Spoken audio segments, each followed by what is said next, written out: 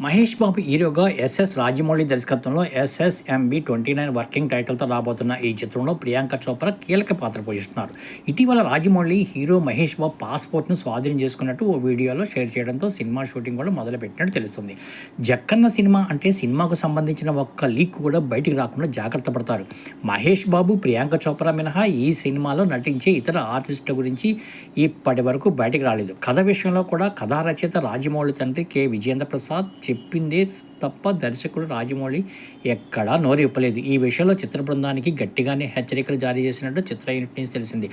ఇందులో భాగంగా నటీనటులు సాంకేతిక నిపుణులతో నాన్ డిస్క్లోజ్ అగ్రిమెంట్ చేయించినట్టు పలు ఇంగ్లీష్ మీడియా కథనాలు వచ్చాయి. దీని ప్రకారంగా ప్రాజెక్టు సంబంధించి ఎలాంటి విషయాన్ని బయటకు చెప్పడానికి వీలేదు. దర్శక నిర్మాతల అనుమతి లేకుండా ఎవరైనా సమాచారాన్ని లీక్ చేసినా, బయటకు చెప్పినా భారీగా మూల్యం చెల్లించాల్సి వస్తుంది. మరోవైపు హీరోతో సహా సెట్లో ఉన్న వారెవరూ ఫోన్లు తీసుకురావడానికి అనుమతి లేదని స్పష్టం చేశారట.